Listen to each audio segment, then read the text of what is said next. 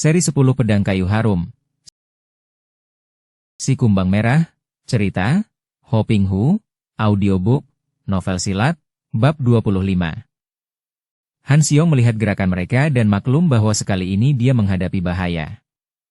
3 orang itu adalah orang-orang yang mempunyai ilmu kepandaian tinggi dan ketiganya memegang senjata. Kalau dia ingin menyelamatkan diri, sebenarnya mudah saja baginya untuk melarikan diri dari tempat itu. Akan tetapi dia harus dapat menahan mereka supaya Ou Pangcu beserta kawan-kawannya dapat menyerbu sarang Kim Lianpang di puncak. Kalau dia melarikan diri, tentu 3 orang ini akan mengamuk dan mungkin Ou Pangcu bersama semua kawannya akan terbasmi dan dibantai. Tiba-tiba saja dia mengeluarkan bertakan nyaring dan tubuhnya sudah melayang ke arah Ji Sun Bi. Wanita ini terkejut ketika melihat tubuh Han Xiong menyambar dari atas seperti seekor burung Garuda. Dia menyambutnya dengan bacokan sepasang pedangnya yang membuat gerakan menggunting dari kanan kiri. Gerakan Ji Sun Bi ini berbahaya sekali terhadap tubuh Han Xiong yang sedang melayang dan menyambar turun. Akan tetapi hal ini sudah diperhitungkan oleh Han Xiong. Melihat wanita itu menggerakkan sepasang pedangnya, dia pun lantas membuat gerakan dengan tubuhnya sehingga tubuh yang meluncur turun itu mendadak terlempar ke atas membuat poksai, salto, dengan amat cepatnya. Tentu saja serangan Ji Sun Bi luput dan kini tubuh Han Xiong telah turun di belakang wanita itu. Ji Sun Bi adalah seorang ahli silat yang lihai. Dengan cepat dia memutar tubuhnya hingga kedua pedangnya juga ikut berputar. Yang kanan membabat leher lawan sedangkan yang kiri menyusul dengan tusukan ke arah perut. Han Xiong sudah siap menghadapi ini. Dia segera merendahkan tubuh sehingga pedang yang menyambar leher itu lewat DL atas kepala, lalu dia menggeser kaki ke depan, sambil miringkan tubuh menghindarkan tusukan tangan kanannya membuat gerakan mendorong dengan pengerahan tenaga sinkang ke arah tangan Sun Bi yang menusukkan pedang. Lepaskan! Bentaknya dan bentakan ini pun mengandung wibawa memerintah yang amat kuat. Tanpa dapat dicegah lagi pedang itu terlepas dari tangan Sun Bi dan sudah pindah ke tangan kanan Han Xiong. Sun Bi terkejut dan cepat ia melempar tubuh ke belakang lalu bergulingan menjauh. Akan tetapi ternyata Han Xiong tidak menyusulkan serangan melainkan bermaksud merampas sebatang pedang saja. Kini Chun Sek dan Qi Liang telah menyerang lagi dari kanan kiri. Han Xiong mengelak dan membalas dengan pedang rampasan, juga dengan tamparan tangan kiri. Dia tidak berani menggunakan pedang itu untuk menangkis. Meskipun pedang rampasan dari Sun Bi tadi bukan pedang biasa, melainkan sebatang pedang yang baik sekali biarpun terlalu ringan baginya. Tetapi besar sekali kemungkinan akan patah jika dipergunakan untuk menangkis pedang sinar emas dan pedang sinar perak dari 2 orang muda itu. Ji Sun Bi yang marah sekali karena sebatang pedangnya terampas, kini sudah maju pula menyerang. Segera Han Xiong merasa terdesak bukan main. Dia terpaksa mengeluarkan seluruh ilmu ginkangnya untuk mengelak ke sana-sini dan hampir tidak lagi mendapatkan kesempatan untuk membalas serangan. Bahkan ketika terpaksa dia menangkis Hong Chu Kiam yang menyambar dahsyat dari belakang, ujung pedang rampasan itu patah, seperti yang telah dikhawatirkannya. Sementara itu, 3 orang Tosu itu masih duduk bersila dan kini mereka pun membantu pengeroyokan dengan serangan suara mereka. Mereka membuat suara yang seperti tadi, seperti anjing-anjing melolong, sungguh mengerikan dan menyayat hati. Tentu saja hanya Han Xiong yang merasakan gangguan ini karena lolongan itu memang ditujukan kepadanya. Kalau saja dia tidak sedang dikeroyok 3 orang lawan tangguh ini sehingga seluruh perhatiannya harus dicurahkan untuk menyelamatkan diri menghadapi serangan maut itu, tentu dia akan mampu melawan suara yang sangat mengganggu itu. Semakin repotlah Han Xiong karena serangan suara ini. Akan tetapi hatinya segera lega ketika terdengar sorak-sorai dibarengi api dan asap yang mengepul dari puncak. Nampaknya Ou Pangcu sudah berhasil menyerang dengan anak panah berapi yang membakar sarang itu. Siasat yang digunakan untuk memancing keluar seluruh anak buah Kim Lianpang dan Hek Tok Pang. 3 orang pengeroyok itu terkejut sekali melihat kepulan asap dari puncak. Akan tetapi mereka enggan meninggalkan Han Xiong yang sudah terdesak itu karena kalau pemuda lihai ini tidak dirobohkan lebih dulu, maka tetap saja keadaan mereka terancam. Mari kita habiskan dia dulu sebelum menyerang yang lain, kata Sim Ki Leong dan dia pun segera mengerahkan seluruh tenaga dan mengeluarkan seluruh kepandaiannya. Murid pendekar sadis ini memang lihai bukan main dan hanya berselisih sedikit saja jika dibandingkan dengan Han Xiong. Sebab itu desakannya yang diikuti 2 orang kawannya membuat Han Xiong kembali terhuyung. Dan terpaksa Han Xiong menggerakkan pedang buntungnya untuk menangkis sinar perak yang menyambar ke arah kepalanya. Trak! Pedangnya kembali patah dan kini hanya tinggal sedikit sisanya. Dia membuang gagang pedang itu dan pada saat itu pula ujung sepatu kaki kanan Qiliong sempat menyambar ke arah pahanya sehingga dia pun terpelanting. Namun ketika sinar perak dan sinar emas menyambar, dengan amat cekatan dia sudah melesat lagi ke samping sehingga terhindar dari bahaya maut. Tangannya kini sudah memegang sebatang ranting pohon yang dipatahkannya ketika dia meloncat menghindarkan diri tadi. Sebatang ranting akan lebih berguna daripada pedang rampasan yang kaku tadi. Ranting yang lentur mudah sekali menerima penyaluran tenaga sinkang dan tidak mudah dipatahkan pedang pusaka. Mulailah Han Xiong kembali melawan mati-matian. Dia belum mau melarikan diri, hendak memberi kesempatan kepada Ou Pangcu hingga berhasil menumpas perkumpulan jahat itu. Tendangan yang mengenai pahanya tadi tidak menimbulkan luka karena dia tadi telah melindungi pahanya dengan kekebalan sinkang, dan kini akibatnya hanya mendatangkan rasa nyeri sedikit. Meskipun demikian tetap saja gerakannya menjadi agak canggung dan dia pun semakin terdesak, terutama sekali suara melolong-lolong dari 3 orang Tosu itu sungguh membuat dia semakin bingung. Tiba-tiba saja nampak bayangan biru berkelebat dan tahu-tahu di situ sudah muncul lagi seorang pemuda yang berpakaian biru-biru dengan garis pinggir berwarna kuning. Kepala dan mukanya tertutup sebuah caping lebar dan di punggungnya terdapat sebuah buntalan kain kuning. Begitu tiba, pemuda ini tertawa bergelak dan menghampiri 3 orang Tosu itu. Tangannya membawa sebatang pendek ranting pohon. Hahaha, pantas saja suaranya gaduh sekali. Ternyata di sini ada 3 ekor anjing yang sedang menggonggong berebut tulang. Nah, ini ku beri tulangnya, boleh kalian 3 ekor anjing memperebutkannya. Dia pun melemparkan sepotong kayu tadi ke arah 3 orang Tosu dan sungguh luar biasa sekali. 3 orang Tosu yang tadinya bersila dan bergandeng tangan sambil mengeluarkan suara melolong untuk menyerang Han Xiong, kini tiba-tiba saja merangkak-rangkak dan saling memperebutkan kayu itu dengan mulut mereka, persis 3 ekor anjing memperebutkan tulang. Pada saat kepala mereka saling bertumbukan, barulah mereka sadar dan mereka saling pandang dengan mata terbelalak. Apa? Apa yang terjadi? Mereka bertiga berseru. Mendengar suara ketawa, mereka cepat-cepat menengok dan melihat seorang pemuda berpakaian biru memakai caping lebar sedang berdiri sambil tertawa geli, mentertawakan mereka. Tahulah mereka bahwa pemuda ini yang menjadi gara-gara, yang entah dengan ilmu apa telah memaksa mereka bertiga berlagak seperti 3 ekor anjing. Keparat, engkaulah seekor anjing, bentak seorang di antara mereka, setengah memaki untuk membalas penghinaan tadi dan setengah lagi untuk menggunakan tenaga sihirnya. Diam-diam pemuda itu mengerahkan kekuatan sihirnya yang hebat, dan dia pun berkata, "Betul sekali, aku seekor anjing raksasa yang akan makan kalian 3 orang pendeta Peklian kau." Huk huk huk, 3 orang pendeta Peklian kau itu terbelalak memandang kepada pemuda itu yang di dalam pandang mata mereka tiba-tiba sudah berubah seperti seekor anjing raksasa yang besarnya seperti sebuah rumah gedung. Mulutnya terbuka selebar pintu gerbang dengan giginya yang besar-besar. Mereka menjadi pucat seketika. Tubuh mereka gemetaran dan seperti dikomando saja. Mereka lalu membalikan tubuh dan lari tunggang langgang jatuh bangun.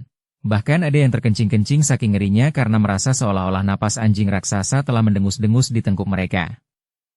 Pemuda itu tertawa bergelak penuh kegembiraan. Han Xiong yang semenjak tadi melihat kehadiran dan perbuatan pemuda berpakaian biru bercaping lebar itu, kemudian berseru dengan gembira. "Hentikan main-mainmu itu, hai, dan cepat bantulah aku." Pemuda yang disebut Hai itu menoleh dan melihat betapa Han Xiong terdesak oleh 3 orang pengeroyoknya. Dia pun tertawa lagi. "Hahaha, Sintong, anak ajaib, di mana pedang pusakamu yang ampuh itu? Engkau dikeroyok 3 orang lawan yang memakai senjata. Bahkan ada pedang pusaka di situ, dan engkau bertangan kosong saja. Salahmu sendiri. Sudahlah, bantu aku dahulu dan nanti baru kita mengobrol," kata Han Xiong lagi dengan mendongkol. Dia begitu terdesak dan dalam bahaya, tetapi orang ini malah mengajaknya mengobrol dan bersenda gurau. Pemuda bercaping itu memang Tang Hai, atau di antara kawan-kawannya lebih dikenal dengan sebutan Hai saja. Seorang pemuda yang sebaya dengan Han Xiong. Usia mereka sama, yaitu 22 tahun lebih, wajahnya juga tampan, dadanya bidang tubuhnya sedang dan tegap. Matanya selalu bersinar-sinar, tapi kadang kala mencorong penuh wibawa, dan mulutnya tak pernah ditinggalkan senyum manis. Pemuda ini seorang yang amat romantis, juga pengagum keindahan termasuk kecantikan wanita. Dimanapun berada dia selalu memuji-muji wanita sehingga dia terkenal sebagai pendekar mata keranjang walaupun kegenitannya itu memiliki batas yang kuat sehingga belum pernah dia melanggar. Belum pernah dia menggauli wanita, baik dengan perkosaan maupun dengan sukarela. Kedekatannya dengan wanita tak lebih dari saling rangkul dan saling cium saja. Dalam perjalanan mencari ayahnya, yaitu Ang Hongchu, tanpa sengaja Hai Hai sampai di tempat itu dan melihat pertempuran itu. Dia sedang menuju ke kota raja karena dia sudah mendengar bahwa meskipun tidak ada seorang juga yang mengetahui di mana adanya si kumbang merah, Jai Huachat yang sudah lama sekali namanya dikenal orang akan tetapi akhir-akhir ini tidak ada kabar ceritanya lagi. Namun di kota raja muncul seorang perwira muda disebut Tang Chiangkun yang mengaku sebagai putra Ang Hongchu. Biarpun tipis, namun berita ini setidaknya merupakan suatu hal yang perlu diselidiki. Siapa tahu perwira muda Tang itu benar dapat membawa dia kepada jejak Ang Hongchu. Maka, ketika melihat ada perkelahian di situ, dia pun tak peduli dan hendak melewatinya begitu saja. Apalagi dia belum melihat jelas dan tidak tahu siapa yang sedang berkelahi. Akan tetapi dia lantas tertarik oleh suara melolong-lolong yang mengandung getaran aneh dan berwibawa itu. Sebagai seorang yang sudah mempelajari ilmu sihir secara cukup mendalam, dia dapat merasakan ketidakwajaran dalam suara itu dan menduga bahwa suara itu mengandung kekuatan sihir. Maka dia pun tertarik kemudian mendekat. Setelah mendekat, barulah dia melihat bahwa yang dikeroyok tiga dan terdesak, masih diserang oleh suara mengandung kekuatan sihir pula. Bukan lain adalah Pek Han Siong. Dulu Pek Han Siong pernah menuduhnya memperkosa adik kandungnya, yaitu Pek Eng sehingga Han Siong memusuhinya dan mereka lalu bertanding dengan hebatnya. Namun akhirnya Han Siong mengetahui bahwa yang memperkosa adik kandungnya sama sekali bukan Hai Hai, melainkan si kumbang merah yang ternyata menurut pengakuan Hai Hai adalah ayah kandung Hai Hai sendiri. Karena kenyataan itu, maka permusuhan antara mereka pun lenyap dan tidak ada saling dendam di antara mereka. Bahkan sesungguhnya, ada hubungan yang amat dekat antara kedua pemuda ini. Sejak kecil Han Siong dianggap sebagai Sintong, anak ajaib, oleh para pendeta lama di Tibet yang merasa yakin bahwa Han Siong adalah seorang calon Dalai Lama. Maka anak ini kemudian diperebutkan dan oleh para pendeta lama hendak dibawa ke Tibet. Untuk menyelamatkannya, maka Han Siong disembunyikan dan sebagai gantinya, orang tuanya mengambil Hai Hai yang ketika itu seorang anak tanpa ayah ibu. Maka terjadilah hal-hal yang amat menarik seperti diceritakan dalam kisah pendekar mata keranjang. Setelah keduanya menjadi pemuda dewasa, dalam cara hidup masing-masing keduanya menjadi pemuda gemblengan yang pandai ilmu silat. Bahkan keduanya juga pandai ilmu sihir walaupun tingkat Hai Hai jauh lebih tinggi dalam hal sihir menyihir ini. Sekarang Hai Hai tidak mau main-main lagi, apalagi sesudah dia melihat dengan penuh perhatian dan mengenal dua orang di antara para pengeroyok itu. Wah wah wah, bukankah itu Sim Ki Leong murid murtad dari Lo Cianpue pendekar sadis di Pulau Teratai Merah? Dan yang seorang lagi, bukankah Ji Sun Bi si cantik manis yang memiliki hati penuh racun? Haya, pantas saja engkau terdesak, Han Siong. Kiranya para pengeroyokmu adalah dua orang yang teramat jahat. Dan siapa pula yang seorang lagi itu? Hei, bukankah itu Hong Chu Kiam yang dibawanya? Dan ilmu silatnya itu, Han Siong, apa kau lupa lagi dan tidak mengenal ilmu silat Chin Ling Pai? Dia seorang tokoh Chin Ling Pai. Tiba-tiba Hai Hai telah meloncat ke dalam medan perkelahian itu. Dia sendiri tak pernah mempergunakan senjata. Chun Sek yang terkejut dan juga marah melihat betapa pemuda bercaping lebar yang baru muncul ini dapat mengenali pedang serta ilmu silatnya, sudah menyambutnya dengan tusukan pedang yang cepat dan kuat sekali, mengarah dada Hai Hai. Tanpa disadarinya, ucapan Hai Hai tadi memang sudah menarik perhatian Chun Sek, dia sudah terjatuh ke dalam pengaruh sihir Hai Hai. Melihat tusukan pedang Hong Chu Kiam itu, Hai Hai segera miringkan tubuhnya dan berkata dengan suara nyaring. Pedangmu itu buntung, mana bisa untuk menyerangku? Chun Sek terbelalak. Dia memandang pedangnya yang tahu-tahu sudah menjadi sebatang pedang buntung yang pendek. Hanya beberapa detik saja dia termangu, namun ini sudah cukup bagi Hai Hai. Dengan sekali totokan ke arah pergelangan tangan yang memegang pedang, tahu-tahu Hong Chu Kiam telah berpindah tangan. Barulah Chun Sek sadar dan dia menjadi marah sekali. Kembalikan pedangku, bentaknya sambil menerjang dengan tangan kosong. Akan tetapi, Hai Hai cepat menggerak-gerakkan pedang Hong Chu Kiam sehingga nampak sinar emas bergulung-gulung mengelilingi tubuh Chun Sek yang menjadi amat bingung dan khawatir sekali. Bret bret bret, nampak potongan kain berhamburan dan Chun Sek merasa tubuhnya dingin-dingin. Ketika dia memandang, ternyata sinar pedang emas itu telah menelanjanginya. Pakaian luarnya sudah robek-robek dan dia berdiri di situ hanya dengan sebuah celana kolor pendek yang menutupi tubuh bawahnya. Hai Hai tertawa-tawa dan kini dia menggerakkan pedangnya untuk menyerang Qiliong. Sejak tadi Qiliong dan Sun Bi sudah kaget setengah mati ketika melihat munculnya Hai Hai, pemuda yang pernah membuat mereka gentar ketika pemuda ini muncul pula dalam rombongan para pendekar yang membasmi gerombolan yang dipimpin Lam Hai Giamlo. Keduanya segera maklum pula bahwa kemunculan Hai Hai yang di luar dugaan ini akan menghancurkan semua rencana mereka. Bahkan sekarang mereka berada dalam bahaya besar. Hal ini langsung terbukti ketika dengan amat mudahnya Hai Hai sudah merampas pedang pusaka Hong Chukiam dari tangan Chun Sek yang telah dibuat tidak berdaya. Chun Sek merasa terkejut dan malu bukan main. Dia kemudian menjadi nekat dan sambil mengeluarkan suara menggeram bagai seekor harimau terluka, dia pun menubruk dengan nekat ke arah Hai Hai. Akan tetapi Hai Hai menyambutnya dengan sebuah tendangan sehingga tubuh Chun Sek terjengkang lalu terbanting keras ke atas tanah. Karena pemuda itu tadi memegang Hong Chukiam dan memiliki ilmu silat Chin Ling Pai, tentu saja Hai Hai tidak mau membunuhnya dan hanya merobohkannya tanpa melukai berat. Setelah merobohkan Chun Sek, Hai Hai lalu membalik dan kembali menyerang Qiliong. Murid pendekar sadis yang maklum akan kelihayan Hai Hai ini cepat menangkis dengan Gin Hua Kiam. Trak! Dua pedang bertemu kemudian melekat. Qiliong terkejut dan menarik pedangnya, akan tetapi Hong Chukiam yang lemas itu ternyata telah melibat. Ujung Hong Chukiam membelit pedang Gin Hua Kiam seperti seekor ular saja. Han Xiong, cepat kau ambil pedangnya. Pedang itu tak pantas berada di tangannya. Kita harus kembalikan pedang itu ke Pulau Teratai Merah, kata Hai Hai kepada Han Xiong sambil mempertahankan pedang lawan dengan libatan pedangnya. Ji Sun Bi cepat maju menghalang dan menusukkan pedangnya kepada Han Xiong untuk mencegah pemuda ini mengeroyok Qiliong. Akan tetapi kini, setelah berhadapan dengan Ji Sun Bi sendiri, tentu saja Han Xiong memandang ringan wanita itu dan dengan mudah dia membiarkan pedang yang menusuknya itu lewat, kemudian dari samping tangannya menyambar. Plak! Pundak Sun Bi terkena tamparan tangan Pekong Xinjiang dan dia pun mengeluh lalu roboh terkulai. Kini Han Xiong menerjang Qiliong yang masih sibuk menarik Gin Hua Kiam dari libatan Hong Chukiam. Tangan kirinya mencengkeram ke arah tangan murid pendekar sadis itu dan tangan kanannya mencengkeram ke arah pelipis. Menghadapi serangan dahsyat ini, terpaksa Qiliong melepaskan pedangnya lantas berjungkir balik ke belakang. Pedangnya kini sudah berpindah ke tangan Han Xiong. Hahaha, bagaimana, Han Xiong? Kita bunuh saja 3 ekor ular berbisa ini? Jangan, Hai Hai, kita bukan pembunuh keji. Kita tangkap saja mereka dan... Tiba-tiba nampak seorang pria raksasa meloncat ke depan mereka dan dia mengebutkan sebuah kain. Asap atau debu hitam lantas berhamburan dan terdengar pula suara ledakan yang menimbulkan asap hitam tebal. Han Xiong, mundur, debu itu beracun.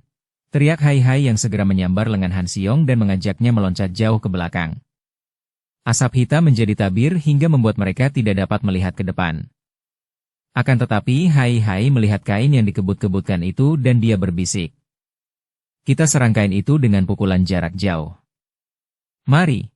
Keduanya mengerahkan tenaga sinkang lantas mendorong dari tempat mereka berdiri ke arah kain itu. Angin dahsyat langsung menyambar ke arah kain itu dan terdengarlah jerit parau mengerikan di dalam asap hitam yang gelap itu. Lalu keadaan menjadi sunyi.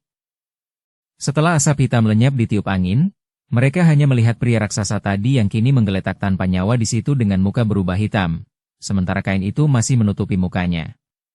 Qiliong, Chun Sek dan Sun Bi telah lenyap tanpa meninggalkan jejak.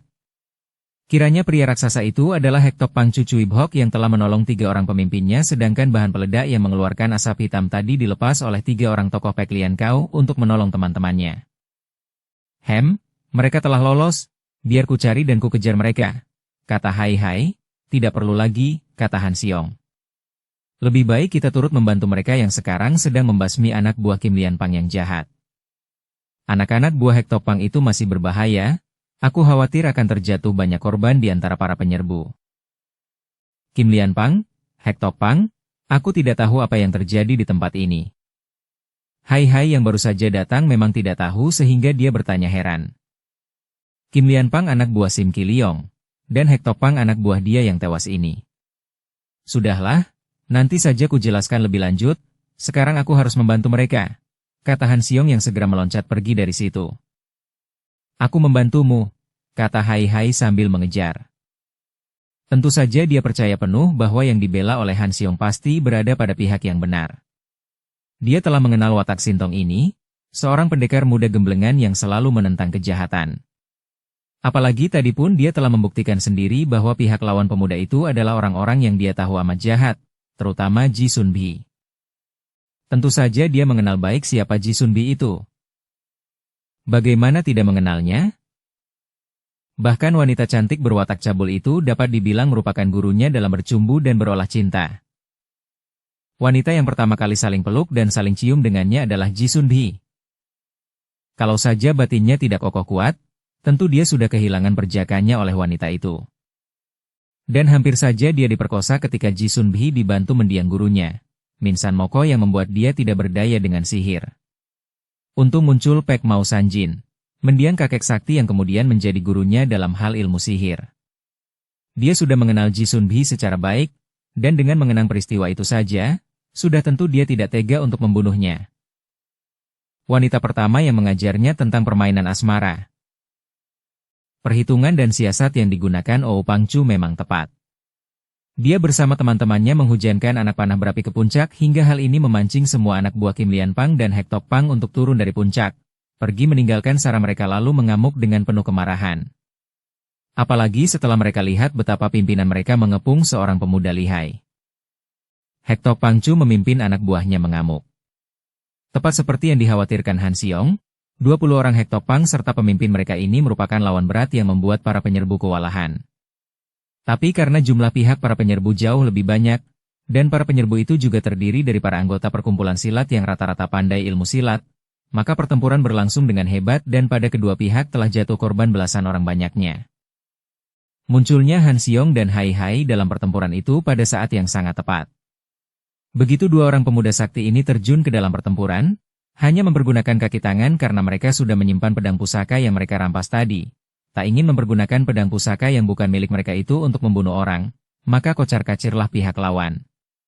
Semua anak buah Hek Tok Pang telah roboh dan tewas, dan sebagian besar anak buah Kim Lian Pang juga roboh, sebagian kecil melarikan diri bahkan ada pula yang terjun ke dalam jurang untuk menyelamatkan diri. Dengan dipimpin oleh Ou Pangcu, para penyerbu lalu naik ke puncak Kim Lian San dan kedua orang pemuda perkasa itulah yang menjadi pelopor di depan. Mereka berdua yang meruntuhkan semua penghalang serta jebakan, juga memunahkan segala macam racun yang disebar dengan membakar rumpun semak belukar pada sepanjang lorong dan jalan setapak yang menuju ke puncak. Akhirnya mereka sampai di puncak, di sarang Kim Lian Pang dan ternyata yang tinggal di sarang itu hanyalah istri para anggota bersama anak-anak mereka. Ou Pangcu cepat memberi aba-aba agar tak seorang pun boleh mengganggu mereka. Sikap ini saja sudah membuat Han Xiong dan Hai Hai merasa senang sekali. Karena itu mereka tidak merasa menyesal telah membantu gerakan yang dipimpin oleh Ou Pangcu yang bijaksana itu. Oleh Ou Pangcu, semua harta benda yang ada di sarang Kim Lian Pang lalu dibagikan kepada keluarga para anggota Kim Lian Pang. Dia menyuruh mereka semua turun bukit, kemudian dia membakar sarang itu, disaksikan oleh semua penyerbu yang bersorak-sorai penuh kemenangan dan kepuasan karena mereka semua merasa sakit hati kepada Kim Lian Pang dan kini mereka telah berhasil membalas dendam dan membasmi perkumpulan jahat itu. Setelah api berkobar membakar sarang gerombolan Kim Lian Pang dan para penyerbu itu tengah bersorak-sorai, tiba-tiba terdengar suara lantang Ou Pangcu. Saudara sekalian, tanpa bantuan dari pendekar besar Pek Han Xiong, tidak mungkin kita dapat membasmi gerombolan jahat itu. Mari kita berterima kasih kepada Pek Tai Hiap. Berkata demikian, Ou Pangcu segera menjatuhkan diri berlutut menghadap Pek Han Xiong, diikuti oleh puterinya yang tadi juga ikut bertempur dengan gagah dan mati-matian. Melihat pemimpin penyerbuan itu telah berlutut, semua anggota penyerbu yang terdiri dari para anggota bermacam perkumpulan segera menjatuhkan diri berlutut dan menghadap pemuda itu. Hanya Han Xiong dan Hai Hai saja yang berdiri, sedangkan semua orang berlutut. Melihat ini, Hai Hai tersenyum dan berseru dengan nyaring. Hidup pendekar gagah Pek Tai Hiap. Mendengar ini, semua orang yang berlutut juga berseru. Hidup Pek Tai Hiap, hidup Pek Tai Hiap. Ih, engkau gila. Han Xiong memaki Hai Hai yang masih cengar-cengir menggodanya. Kemudian Han Xiong menghampiri Ou Pangcu dan mengangkat bangun ketua itu dan juga puterinya. Dia ingin membalas kepada Hai Hai, maka katanya dengan lantang.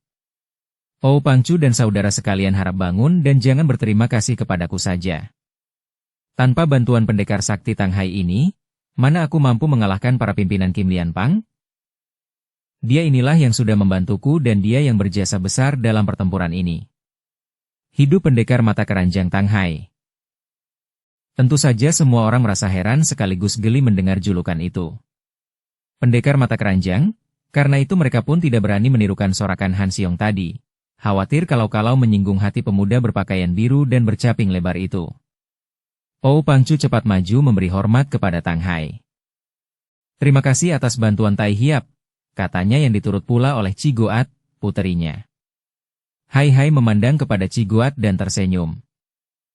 Aih, tidak kusangka bahwa di antara banyak orang gagah ini terdapat pula seorang nona yang gagah perkasa.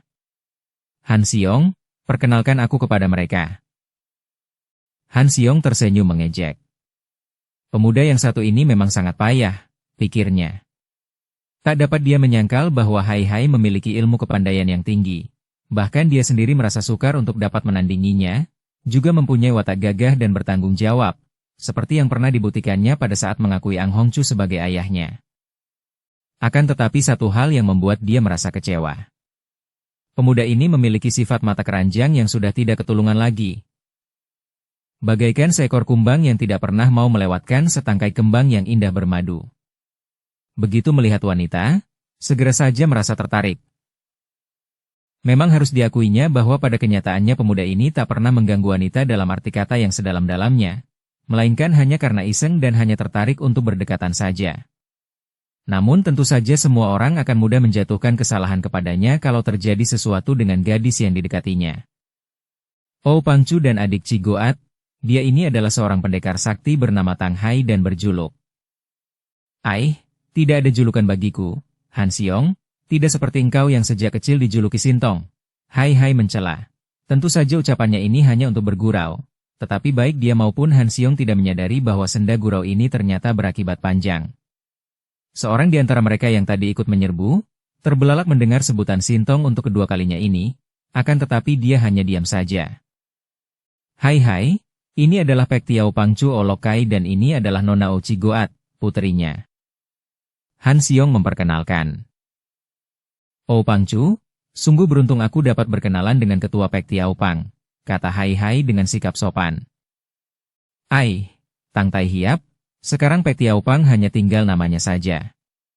Tadinya, yang tersisa dari pembunuhan yang dilakukan Kim Lian Pang hanya tinggal aku, anakku ini dan 3 orang murid. Akan tetapi kini 3 orang murid itu pun gugur dalam pertempuran tadi. Tinggal aku dan putriku ini, maka mulai saat ini aku adalah Olokai biasa, bukan lagi seorang Pangcu, ketua. Aku sudah terlalu tua untuk membangun kembali Pek Tiao Pang yang sudah terbasmi habis. Ah, kurasa tidak perlu Paman Ou berputus asa. Bukankah di sini masih ada Nona Ou yang gagah perkasa dan cantik jelita, lagi pula masih muda belia? Dengan bantuannya, apa sulitnya bagi Paman untuk membangun lagi perkumpulan? Hai Hai berkata dengan ramah. Dia melihat sepasang mata yang jeli itu terbelalak mendengar pujian bagi dirinya, akan tetapi terbelalak heran atas keberanian orang, bukan karena marah. Sudahlah. Aku telah menerima kalah. Mari, Jiwie Tai Hiap, marilah Jiwie, kalian, singgah dulu di rumah muridku Tioki yang telah diserahkan kepada kami. Karena dia pun telah gugur, maka rumahnya kini menjadi tempat tinggal kami untuk sementara. Han Xiong hendak menolak, dan hal ini nampak oleh Hai Hai yang bermata tajam, maka Hai Hai cepat mendahuluinya. Baiklah, Paman, dan Nona, terima kasih atas undangan itu. Mari, Han Xiong, kita singgah dulu di rumah Paman Ou agar dapat mempererat tali persahabatan. Dengan ucapan seperti itu, tentu saja Han Xiong merasa dilumpuhkan sehingga dia tidak berani menolak. Bagaimana dia berani menolak bila persinggahan itu dimaksudkan untuk mempererat persahabatan? Dia lalu mengerling tajam kepada Hai Hai yang menyeringai lebar karena maklum bahwa kawannya itu mendongkol. Hai Hai merasa heran, mengapa dalam pertemuan dengan Han Xiong sekali ini, setelah lenyap semua rasa curiga dan kemarahan di antara mereka, dia kini merasa sangat akrab dengan Han Xiong, seolah-olah mereka adalah 2 orang sahabat lama. Sesudah menyerahkan pengurusan para jenazah muridnya dan teman-teman lain kepada para sahabatnya yang ikut dalam penyerbuan itu, Oh Lokai dan Oh Chiguat lantas mengajak dua orang pemuda perkasa itu ke rumah Tioki yang juga gugur. 3 jenazah murid Pek Tiaopang, termasuk jenazah Tioki, sesudah dirawat kemudian dimasukkan ke dalam peti dan dibawa ke rumah itu, dijajarkan di serambi depan. Malam itu banyak kenalan yang datang untuk memberi penghormatan terakhir kepada 3 jenazah dalam peti mati dan pada keesokan harinya, 3 peti jenazah itu pun dikuburkan dengan upacara sederhana. Selama itu pula Hai Hai Tan Periku lagi selalu mendekati Chiguat dan mengajak gadis itu bercakap-cakap dengan sikap ramah dan akrab sekali. Berbeda dengan Han Xiong yang selalu menjauhkan diri dari gadis itu karena dia merasa tidak enak kalau berdekatan dengan gadis yang dia ketahui sudah jatuh cinta kepadanya itu. Hai Hai melihat gadis itu nampak murung ketika orang-orang mulai menimbuni lubang kuburan 3 orang murid Pek Tiaopang itu dengan tanah. Pada waktu gadis itu duduk di bawah pohon untuk berlindung dari sengatan matahari, Hai Hai lalu mendekatinya dan masih sempat berkelakar untuk memancing percakapan. Hai Hai juga duduk di atas sebuah batu, dalam jarak 3 meter dari gadis itu dan tanpa riku-riku dia mengamati wajah gadis yang bulat dan berkulit putih mulus itu. Wajah itu kelihatan muram dan sinar matanya mengandung kedukaan. Pandang mata orang biasa saja sudah mengandung getaran yang akan terasa oleh orang yang dipandang, apalagi pandang mata Hai Hai yang matanya mengandung kekuatan sihir yang hebat walaupun pada waktu itu dia tidak mempergunakan kekuatannya. Gadis itu mengangkat muka dan pandang matanya bertemu dengan mata Hai Hai yang tidak menyembunyikan sinar kekagumannya. Melihat betapa mata pemuda itu terus memandang kepadanya dengan kagum, Chiguat mengerutkan alisnya. Akan tetapi dia lalu teringat akan ucapan Han Xiong yang menjuluki pemuda ini dengan julukan aneh, yaitu pendekar mata keranjang. Jika melihat pandang mata itu, tidak aneh kalau dia dijuluki mata keranjang. Dia tidak berani marah, mengingat bahwa pemuda ini juga seorang penolong besar yang membuat dia dan ayahnya berhasil membalas dendam dan menghancurkan perkumpulan Kim Lian Pang bersama antek-anteknya. Maka dia hanya menundukkan kembali mukanya dengan cepat dan muka yang putih itu berubah kemerahan. Bersambung ke bab 26. Dukung kami dengan subscribe, follow, like, komen dan share. Terima kasih.